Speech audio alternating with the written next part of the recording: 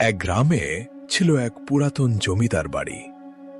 এই জমিদার বাড়ি নিয়ে ছিল অনেক ভৌতিক কাহিনী। রাতে তো দূরের কথা, দিনের বেলাতেও গ্রামের কেউ ভুল করে ওই জমিদার বাড়ির আশেপাশে যেত না।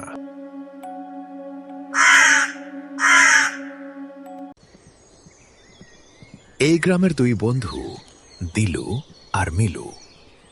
দিলু ছিল খুব সাহসী আর ডান পিঠে। সে শহরের কলেজে পড়াশোনা করত। মিলু গ্রামেই থাকত আর বাবার কৃষিকাজে সহযোগিতা করত। দিলুর ওই জমিদার বাড়ি নিয়ে ছিল খুব আগ্রহ। একদিন তারা দুজন গল্প করছিল। চলো দোস্ত, জমিদার বাড়ির দিকে একটু ঘুরে আসি। আরে না দোস্ত, জমিদার বাড়ি যাওয়া লাগবে না। কিছুদিন আগে রহিম দিনের বেলায় একা একা গিয়েছিল ওইখানে। রহিম বিরাট ভয় পেয়েছিল। ও অনেকদিন অসুস্থ ছিল, কথাও বলেনি বেশ কিছুদিন। সুস্থ হবার পর এখনও স্বাভাবিক হতে পারে নাই। তা রহিম কি দেখে ভয় পেয়েছিল? তোদের বলে নাই কিছু? রহিম কি এখন বাড়ি আছে? বললাম না, ও স্বাভাবিক হতে পারে নাই এখনো। আর ওর বাবা মা ওকে মামা বাড়ি পাঠিয়ে দিয়েছে। আরে এই সব কিছু না, চলো যাই ঘুরে আসি। অনেক দিন ওই দিকে যাওয়া হয় নাই রে বন্ধু। অতঃপর দুই বন্ধু মিলে গেল জমিদার বাড়ির সামনে। জমিদার বাড়ির সামনে এসে দিলু বলল, বাড়িটা অনেক সুন্দর ছিল, তাই না বল?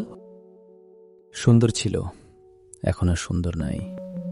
এখন এইটা হানা বাড়ি। চল একটু উপর থেকে ঘুরে আসি, বাড়ির ভেতরটা কেমন, আর যদি কোনো ভূত থাকে তাদের একটু দেখে আসি।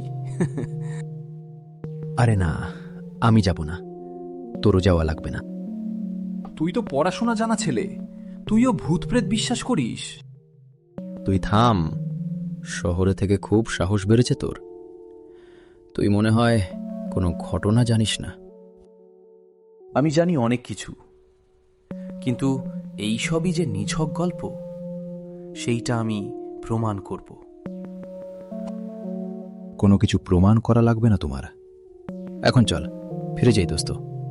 এই বাড়িটার আশেপাশে থাকতে কিরকম যেন লাগে। চল, কিন্তু আমি এক রাত থাকতে চাই এই জমিদার বাড়ি। আমার খুব ইচ্ছা, কি হয় নিজের চোখে দেখতে। তাইলে কাল সন্ধ্যায় এখানে আসতে হবে বন্ধু।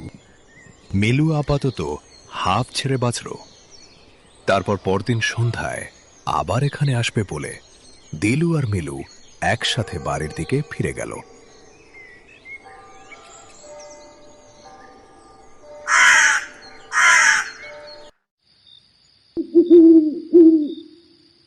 পরদিন সন্ধ্যায় যেমন কথা তেমন কাজ, দুজনে আসলো জমিদার বাড়ির সামনে। দিলু যে আজ রাতে জমিদার বাড়ি থাকতে চলেছে, মিলু তা জানত না। দিলু বলল, দোস্ত, আমি কিন্তু আজ রাতে এখানে থাকবো, তুই থাকবি আমার সাথে? তুই পাগল নাকি? কি সব হাবিজাবি বলছিস? বাড়ি চল এখনই। আচ্ছা ঠিক আছে, তাহলে আমি থাকি, তুই যা। আমি আজ এর একটা শেষ দেখতে চাই। গ্রামের মানুষের ধারণা বদলে দিতে চাই বন্ধু। দোস্ত, তুই একটু ঠান্ডা মাথায় চিন্তা কর। এইটা কিন্তু খুব বিপজ্জনক হতে পারে। ফিরে চল ভাই। তুই যাই বলিস ভাই, আমি আজ এখানে থাকবই। ওইসব ভূত টুত আমার কাছে আসবেই না বন্ধু। তুই সকালে তাড়াতাড়ি চলে আসিস। মিলু হাজারটা অনুরোধ করা সত্ত্বেও দিলু কিছুতেই ফিরে যেতে রাজি হল না। তাকে আজ রহস্যভেদের পাগলামি ভর করেছে। একটাই যা ভরসা, তা হল দিলুর সাহস। অগত্যা মিলু মন খারাপ করে বাড়ি ফিরে গেল, কিন্তু তার মনের ভিতর কেমন যেন খচখচ করতে থাকল। বাড়ি ফিরে গেলেও রাতে ভালো ঘুম হল না মিলুর। সে খুব সকালে জমিদার বাড়ি চলে আসলো। এসে দেখল দিলু জমিদার বাড়ির সামনে খুশি মনে দাঁড়িয়ে আছে। মিলু কাছে আসতেই দিলু বলল, তুই তো মনে হয় রাতে ঘুমাস নাই রে বন্ধু। গতকাল রাত আমার জীবনের স্মরণীয় রাত হয়ে থাকবে বন্ধু। তোর বাবা অনেক সাহস রে দোস্ত। কি এমন হলো যে রাত স্মরণীয় হয়ে থাকবে? ভূতের দেখা কি পেলি নাকি? তেমন কিছুই না রে বন্ধু, তবে এই বাড়িতে কিছু একটা আছে। তাকে ভূত বলা যায় নাকি মনের ভ্রম, সেইটা বুঝতে পারছি না। রহস্য না করে বলে ফেলতো দোস্ত, কি হয়েছে? তোর টেনশনে সারা রাত ঘুমাতে পারিনি আমি। তুই চলে যাবার পর আমি দোতলার ঘরে চলে যাই। জানলা দিয়ে ঘরে চাঁদের আলো আর শীতল বাতাস আসছিল। এরপর সব কিছু দেখে শুনে আমি শুয়ে পড়ি। রাত গভীর হতেই এই বাড়ির ঘড়িটা ঠং ঠং শব্দে বেজে উঠল। শব্দ শুনে আমার ঘুম ভেঙে যায়, কিন্তু ঘরে ঢুকেই আমি দেখেছিলাম ঘড়িটা নষ্ট। যা হোক, মনে মনে ভাবলাম নষ্ট ঘড়ি যে কোনো কারণে বেজে উঠেছে, কিন্তু ঘরের পরিবেশটা কিরকম যেন পরিবর্তন হয়ে গেল। একটা গরম বাতাস বয়ে গেল ঘরের ভেতর। তারপর আমি দরজার সামনে কিছু একটা দেখতে পেলাম, যা দেখে আমি আশ্চর্য ও বিস্মিত হয়ে গেলাম। কি দেখতে পেলি? বল না দোস্ত। তুই কি সহজ করে কিছুই বলতে পারিস না? তুই নিজে গিয়েই দেখে আয় না কি দেখেছি।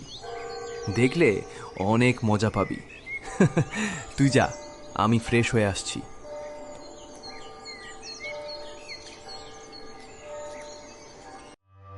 মিলু ঘরে এসে যা দেখল তার জন্য সে মোটেও প্রস্তুত ছিল না।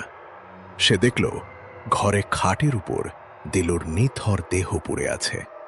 তার মাথায় কাজ করা বন্ধ হয়ে গেল, হাত পা শীতল হয়ে গেল। একটা জিনিস শুধুই তার মাথায় ঘুরতে থাকল, নিচে সে কাকে দেখল, কার সাথে কথা বলল এতক্ষণ। হঠাৎ সে হাওয়ায় শুনতে পেল, কিরে দোস্ত, কেমন দেখলি? অনেক অদ্ভুত না? মিলু আর সহ্য করতে পারল না। তার মাথা কেমন যেন ফাঁকা হয়ে গেল, চোখে অন্ধকার দেখতে লাগলো। সে চিৎকার দিয়ে জ্ঞান হারালো।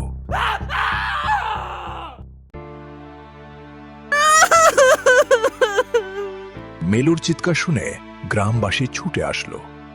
তারা এসে জমিদার বাড়ির ঘরের থেকে দিলুর মরদেহ আর মিলুকে অজ্ঞান অবস্থায় উদ্ধার করে গ্রামে নিয়ে আসলো।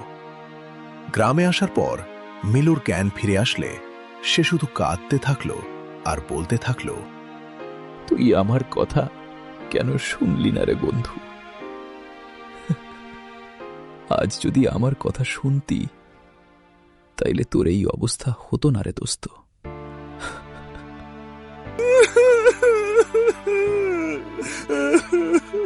এই কথার বাইরে মিলু আর কিছুই বলতে পারল না। সে অনেকদিন অসুস্থ ছিল। সুস্থ হবার পর সে সকলকে পুরো ঘটনা খুলে বলেছিল। তারপর থেকে আর কেউ কোনোদিন ওই জমিদার বাড়ি থেকে যায় নাই। তাহলে এই গল্প থেকে তোমরা কি শিখলে দাদু ভাইরা? অজানা বিষয়ে সবসময় অতিরিক্ত সাহস দেখানো ঠিক না।